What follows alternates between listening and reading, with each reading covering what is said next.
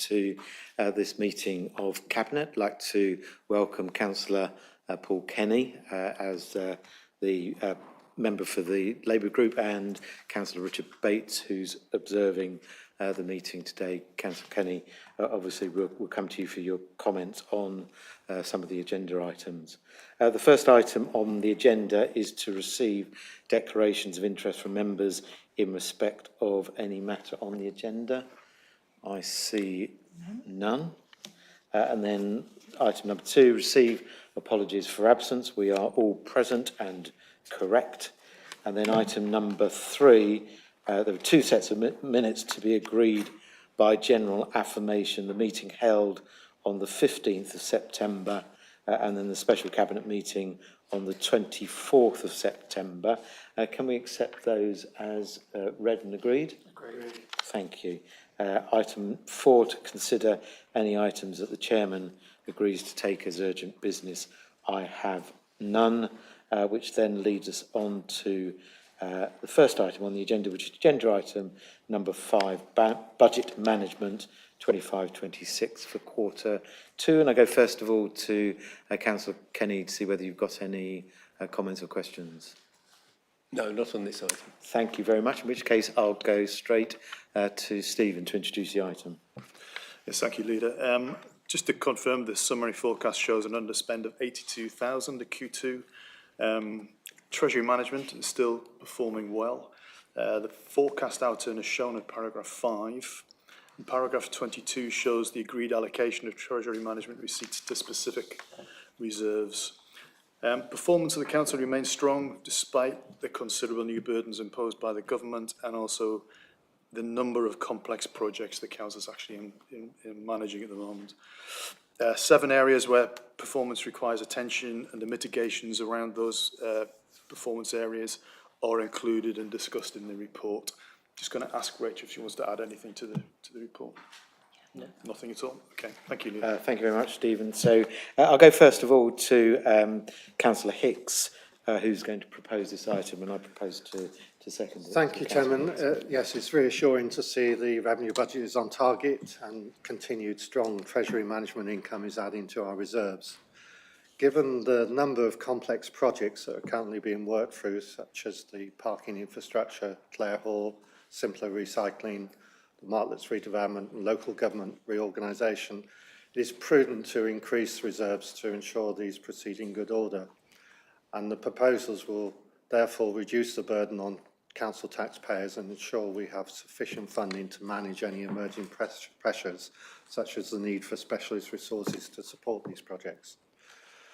The need to maximise transfers to general reserves continues to be highlighted in the report and by the pending announcement of the local government financial settlement for 2026.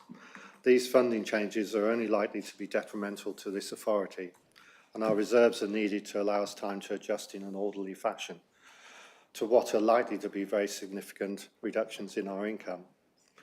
I note also that the Council reports 68% of performance indicators at or above target, and the report provides reassurance that areas with amber or red performance indicators are being addressed, notwithstanding the external demand pressures that we are facing, noting, for example, the increase in households seeking housing advice and those accepted as homeless, which puts pressure on the Council's resources, but also highlights the continuing need for affordable housing, as well as the value of the recent investments in temporary accommodation. And I therefore propose the motion in the report. Thank you, Councillor Hicks, and I'm happy to second it. I'm going to go, if I may, straight to paragraph 12 of the report, and I think it's important that we dwell on this a bit, because as an authority we are, compared to some of our neighbours, in a strong financial position, and it is tempting, of course, with the impending local government reorganisation, for example, it is tempting for us to behave differently to our normal practice, and I think it's important that we don't yield to that temptation, that we resist it. The reason being that despite the fact that local government reorganisation will see Mid Sussex District Council absorbed into a new unitary authority, the residents who pay taxes and who are in receipt of those services remain the same. And were we to take spending decisions, which we obviously could do as an independent sovereign body, were we to take different spending decisions to reduce our reserves and make us less financially robust, whilst it might look good in the short term, in the long term, the only people who suffer from that will be the same residents who move from Mid Sussex District Council to whatever the name of the new unitary authority will be.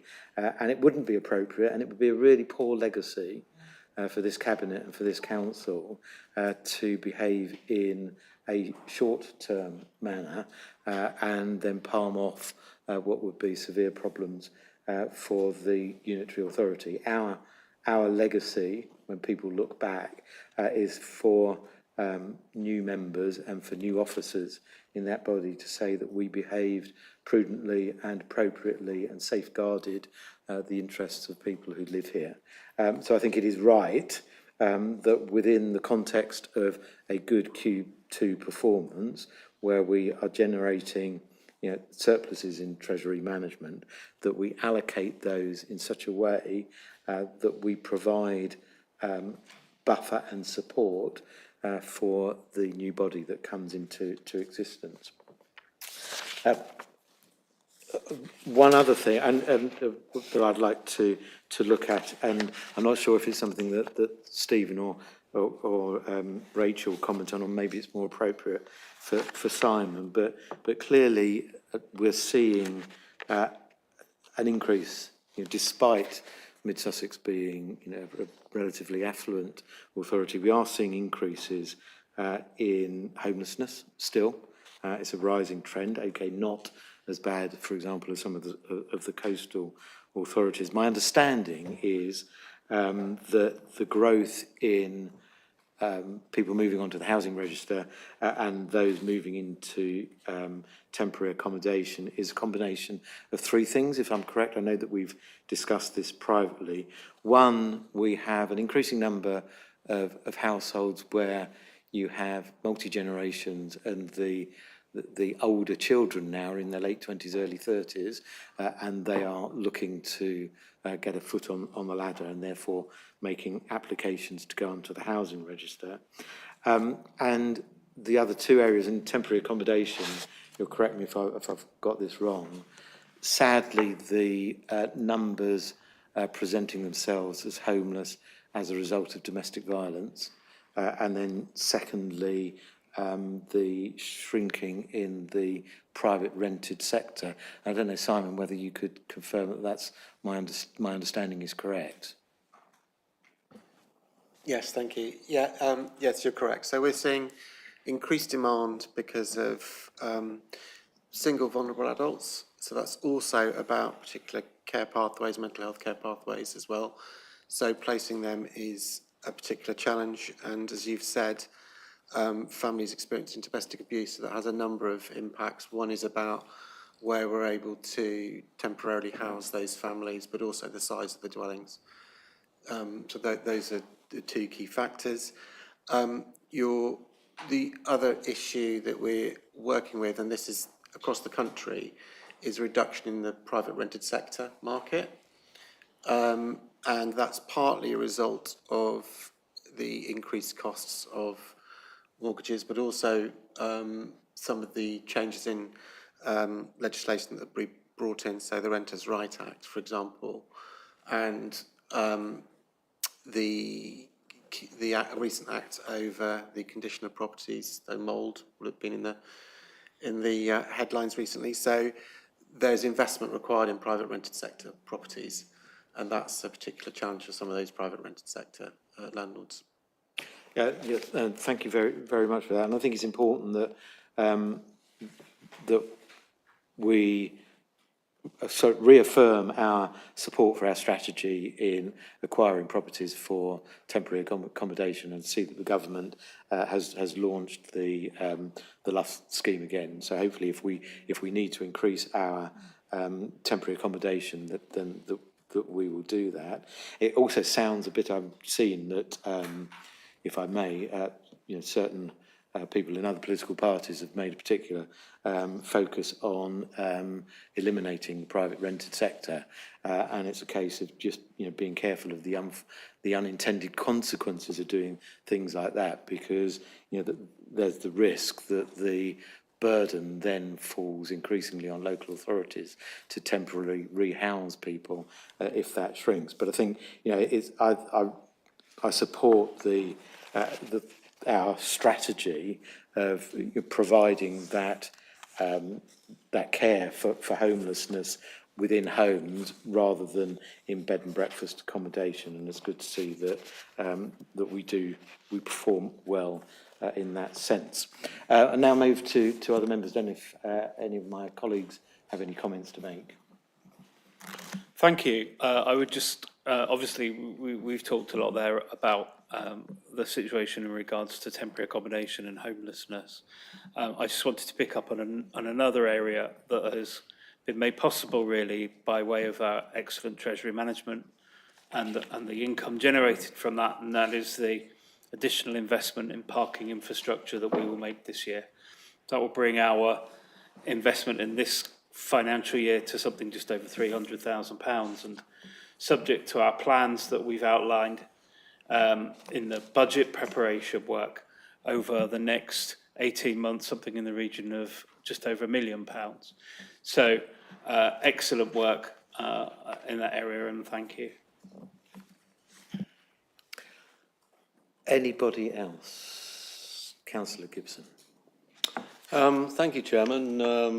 A few points and I think one question. I think that, I endorse what you say about the impact of fair funding review and how this is not the moment to start splashing out on the reserves, that we have to really behave responsibly, and I'm sure that we will.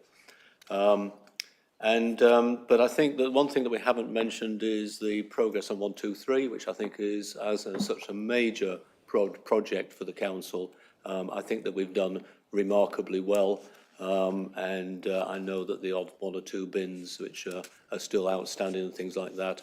Generally, it's my experience is that it's been well received so far. People understand that one or two are going to be, pickups are going to be missed, and we'll be looking forward to the future on that. There's a couple of points in here that I'd just like to make, as I say, observations on. I see that once again we're highlighting, sort of an overspend in building control in para 8.6. Now, I do worry about building control. I know that we can't impose it as a condition when we give a planning application. But when I see a 120-year-old building being converted into 6 flats, then I just wonder what the quality of that conversion is going to be for the new residents who come in. What controls are in there within that. I think that this is an area where councils really should take the lead in actually ensuring that the buildings which are built within the district are brought to an appropriate standard. And the overspend results from that in terms of just the number of people who are coming using independents rather than the council, and one has to ask why. Endorse what was said about the car parking, the investment in infrastructure. Very pleased to see that coming forward. I'm going to take the opportunity to remind the officers that they've promised April next year, and certainly I'll be looking for that. The new technology has become absolutely central to delivering all aspects of our parking strategy. So we really must move that forward, and I know that that will be a key aspect of looking at what the budget can afford next year, and we'll very much support that. You've talked, sorry, before I'll do housing, but let me just do paragraph 26 and planning appeals, which I know that we have some issues about as well, as we are failing behind on the target. What I'd like to just make the point is that it's small numbers. Last week we had 3 appeals dismissed. That will move the metric back in towards the 30% that we want to see. So I think that we really, we should note it at this point. Let's see what it says at the end of the year as the final numbers and so on. It does look very high at the moment at 47 over 30. Not finally, but just a couple of points. You've made a lot of points already about housing. Marital breakup is clearly a problem, a contributor. Very sad. And I just wonder, with Christmas heading our way, very much a time of stress in families, and I just wonder whether or not we could see that problem increasing as we go into the new year, alongside, as you mentioned, about the Renters Act, which will undoubtedly remove providers from that. I think that there's an important issue there that we should be looking at, also that's, if you like, bringing larger families into the mix, and we do need to look more at the supply and type of house that we have. And I know that we are focusing temporary accommodation towards purchase of 3 and 4 beds in future, and that I think should continue at the moment. We have a pretty good record within the Common Housing Register on provision of, if you like, the singletons, the single bed households and so on. So I think that that's where the focus should be for that. I'm also aware, and residents raise it with me, about boarded up houses, particularly where they're, which are run by social providers, registered providers. And there is a problem there that from the discussions I've had, the cost of bringing those properties back into use, sort of exceeds, if you like, the cost of bringing on new properties.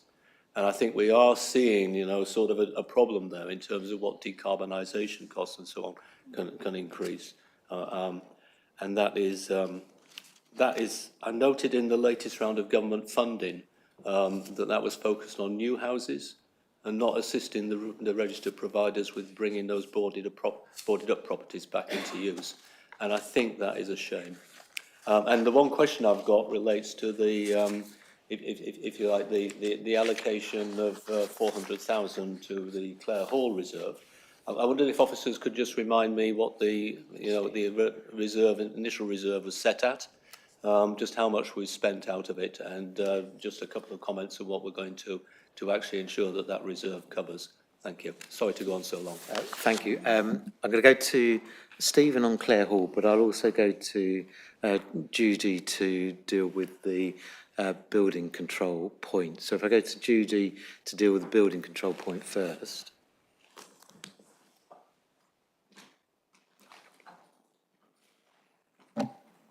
Thank you. As the Cabinet member is well aware, as much as we would like to try to or enforce developers to use our building control services, as you know, that is not something that is within our gift. So we simply can't mandate that. It is a market, it's open to the market. I just wanted to also just pick up, if I may, on the planning appeals point. I think whilst you're right, at the moment they are relating in the main to smaller cases, I think we need to be mindful of the impact of the current situation we find ourselves in on our resources, particularly for our planning team, but also for the other associated teams such as legal, because clearly any work that is in addition to our normal run-of-the-mill work is an impact on our resources. So I think you're right, we need to keep an eye on that from that perspective. Thank you. And Stephen. Yes, through you, Leader. Unfortunately, I don't have the figure to hand of the initial set aside for Clare Hall or what the spend is, but I'll certainly get it to you as Councillor Gibbs. Yeah, I'll get it to you, Councillor Gibbs, as soon as I can, so we dig it out. But in terms of the 400k, a lot will depend on the decision the council makes with regards to the future of Clare Hall. If in fact a report will be coming to you as the Cabinet on the 2nd of February, where you'll have an opportunity to decide whether to continue with development procurement costs and go to it for a developer, or whether you'll be minded to accept a bid we may have received for Clare Hall as an asset of community value. So very much it will depend on that. But if you decide on the latter, we still of course have remaining operator procurement costs anyway, and then there will be the inherent costs of going out for a developer. Together with Shell specification development, we'll need to do utility survey, environmental survey, etc. So all of that is to cover those costs should you go down that route. The report in February will cover those costs, so you'll see them in the actual report, so you'll know what's expected. Thank you. Thank you. Is everyone, nobody else? Okay, thank you. We've had the recommendations proposed by Councillor Hicks and seconded by me. So if we now go to the vote.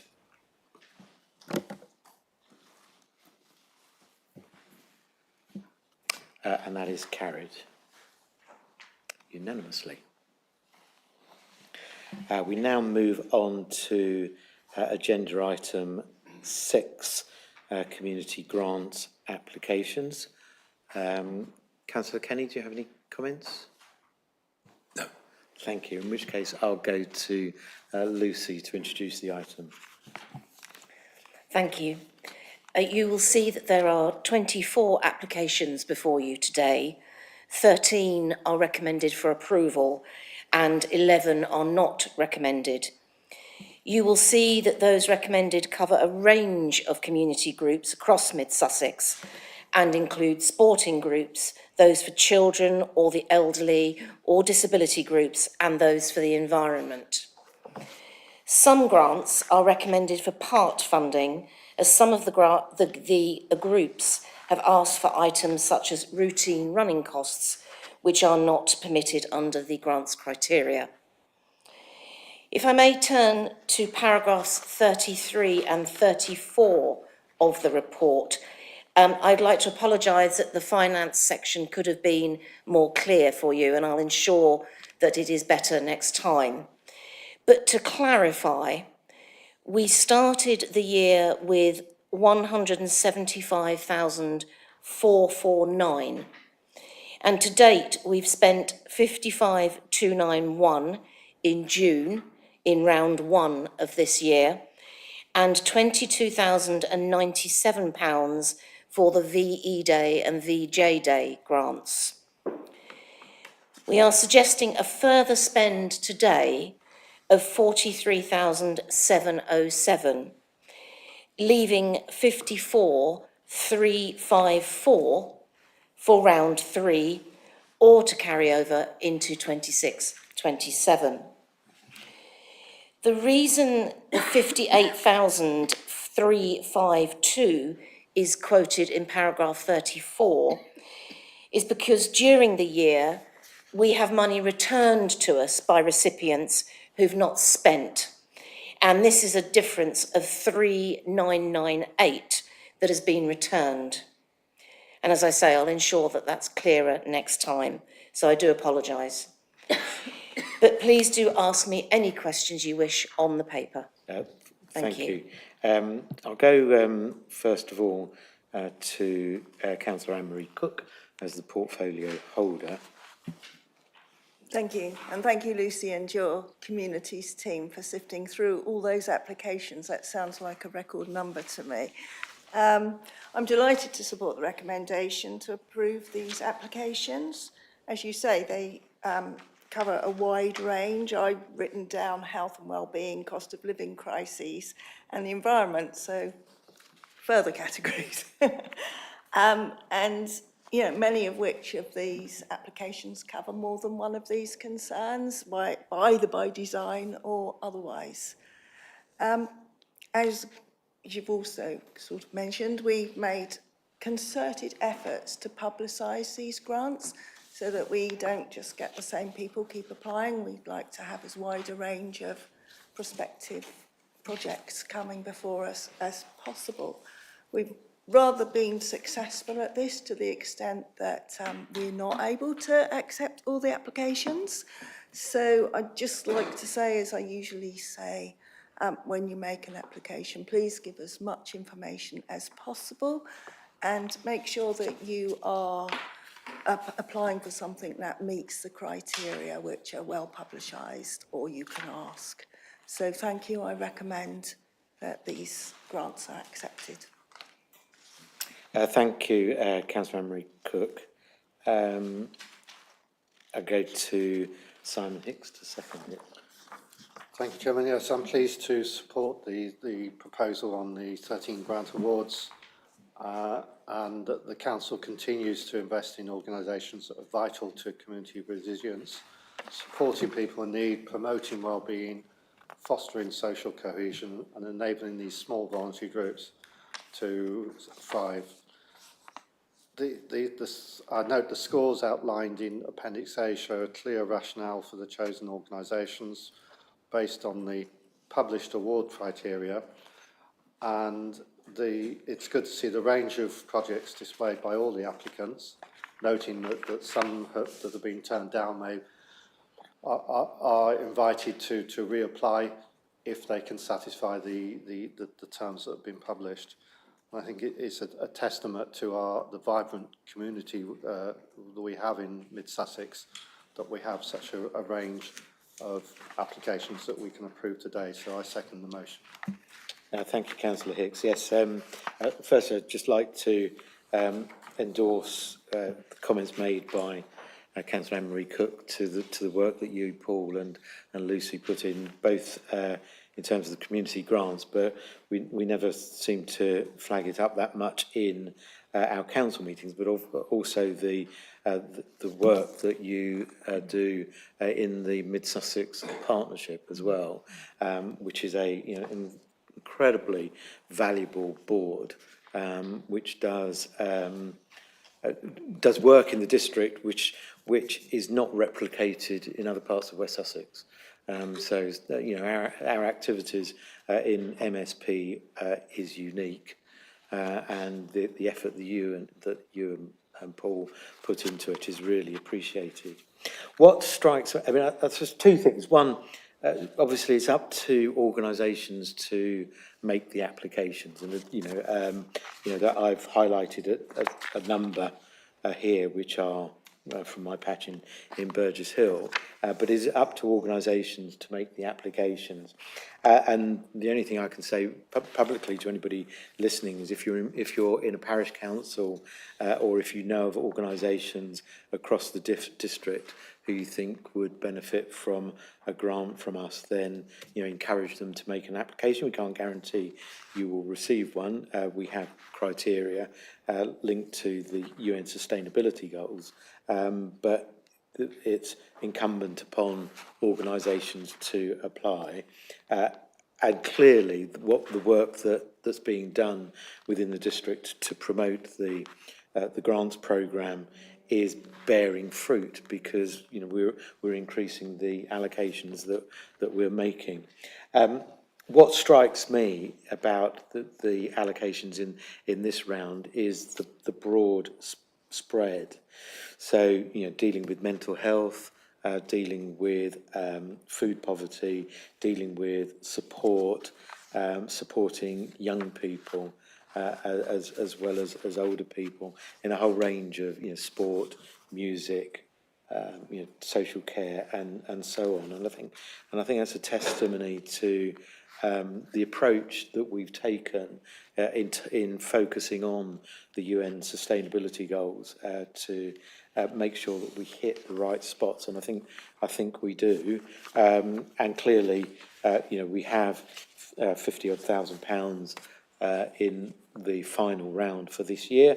We can either allocate it all, or we could carry forward some of it into the next financial year. But I'm sure that the next round will see an equally interesting mix of applications that we can consider. So thank you for your support, and I recommend the grants be made in accordance with that report.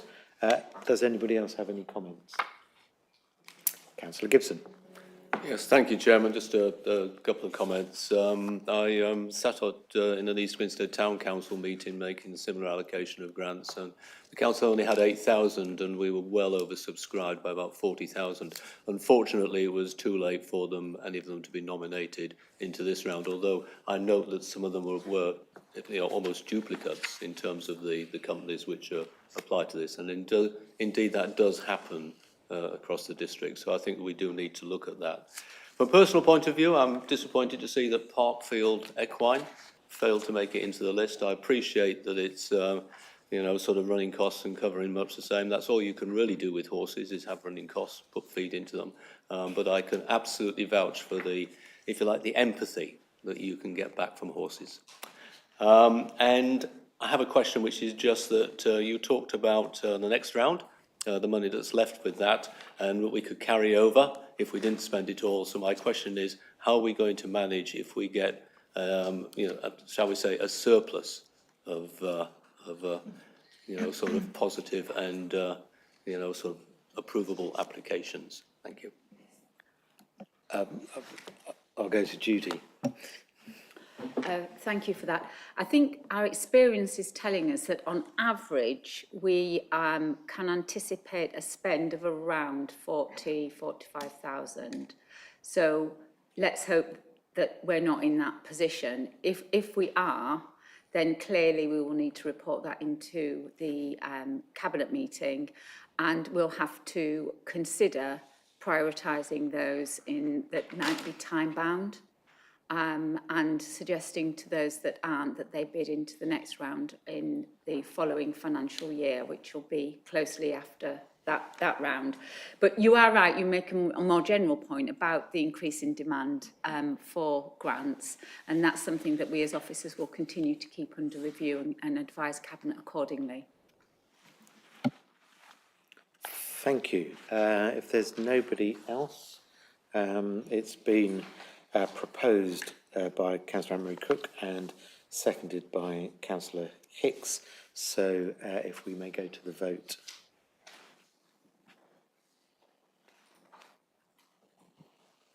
And that is also carried. Which now brings us on to agenda item 7, which is the Ashwin Business Centre in Burgess Hill. Councillor Kenny, do you have any comments? Well, just some preliminary things. I mean, the 3 questions that I asked apply to 2 items on the agenda. We only need to discuss them once, and we can discuss them either in open session or in closed session. However you prefer to handle them is. Thank you. I mean, if you want to raise them in the exempt section, that will be acceptable. But I am aware that you probably have an email with answers to your question in your inbox. I've seen an initial one from you. I haven't seen anything I think Judy Holmes is or has sent you an email which answers the questions. I haven't seen that. So in between here and moving into exempt, if we choose to do that, if you just want to check, and then you might see that your questions have been answered. But thank you for that. If I go to Simon Hughes. Thank you. As Cabinet will be aware, our portfolio largely consists of commercial industrial estates that historically we managed through the sale of long ground leasehold interests. Our approach has been and continues to be to retain our investment assets unless, as is the case here, there's a compelling business case to dispose of it. So this proposed disposal comes from an unsolicited approach, and as you would expect, we have looked at the options and looked and negotiated those, and therefore we are looking, as is the purpose of the report set out in paragraph 1, to seek Cabinet approval for the disposal of the freehold interest of site Unit G and I at the Ashwin Business Centre estate at Burgess Hill. And the document sets out our reasoning for that, as does the annexes. Thank you. Councillor Hobbs, I am going to propose that we go into exempt, but before we move to that, do you have any comments you want to make in the open session? Indeed, thank you. Firstly, to thank the officers for what is a very comprehensive report into this potential disposal. I've looked into it in a lot of detail, and I'm aware of the site. The maths make absolute sense. in terms of the disposal relative to the income that we generate in rent, and therefore I'd be happy to propose it either in this or in exempt session. Thank you. We have the recommendations in exempt. Does anybody else have any comments before I move on to agenda item 8? Okay. I'm going to move that we consider whether to exclude the press and public from the meeting during consideration of the following items in accordance with section 100A of the Local Government Act 1972 on the grounds that it involves the likely disclosure of exempt information as defined in paragraph 3 of part 1 of schedule 12A of the said act. Can we have a vote on that?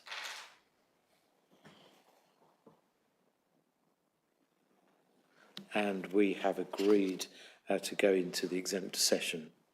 So we'll just wait for the stream to end.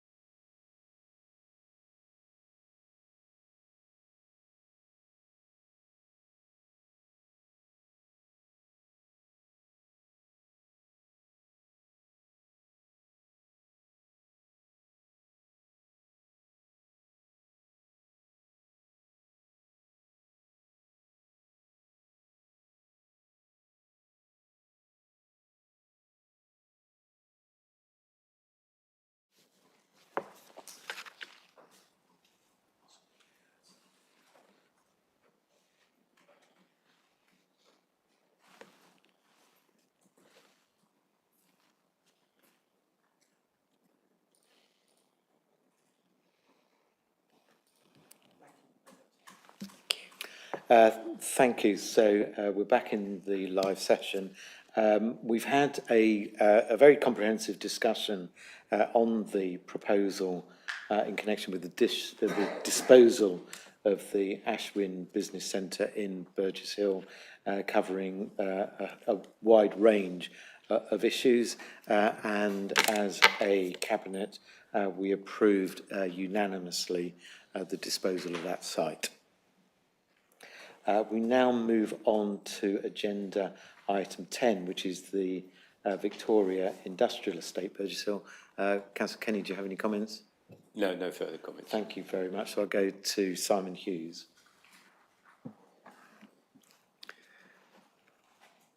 Thank you. Agenda item 10. 10, Thank 10, you, sorry. yes. This is to seek Cabinet approval for the disposal of the freehold interest of Site 25 Victoria Industrial Estate, Burgess Hill. And as I've said in the previous open session to agenda item 8, our approach has been and continues to be to retain investment assets until, as is the case here, there's a compelling business case to dispose of it. The agenda item and annexes set out the business case and the consideration of the options that we've taken to review that and provide the recommendation to council, to the cabinet, sorry. Thank you. I'll go to Councillor Hobbs. Thank you. Very much in line with point number 8 in the agenda. This is, for me, a very simple proposal, and I thank the officers once more for the report. The report is very, very clear and lays out simply for us the opportunity ahead. So, yeah, I'll be happy to propose this in the exempt section. Thank you. Does anybody else have any comments? No? In which case I'm going to move to agenda item 11, which is to consider whether to exclude the press and public from the meeting during consideration of the following items in accordance with section 100A of the Local Government Act 1972 on the grounds that it involves the likely disclosure of exempt information as defined in paragraph 3 of part 1 of schedule 12A of the said act. If we may vote on that.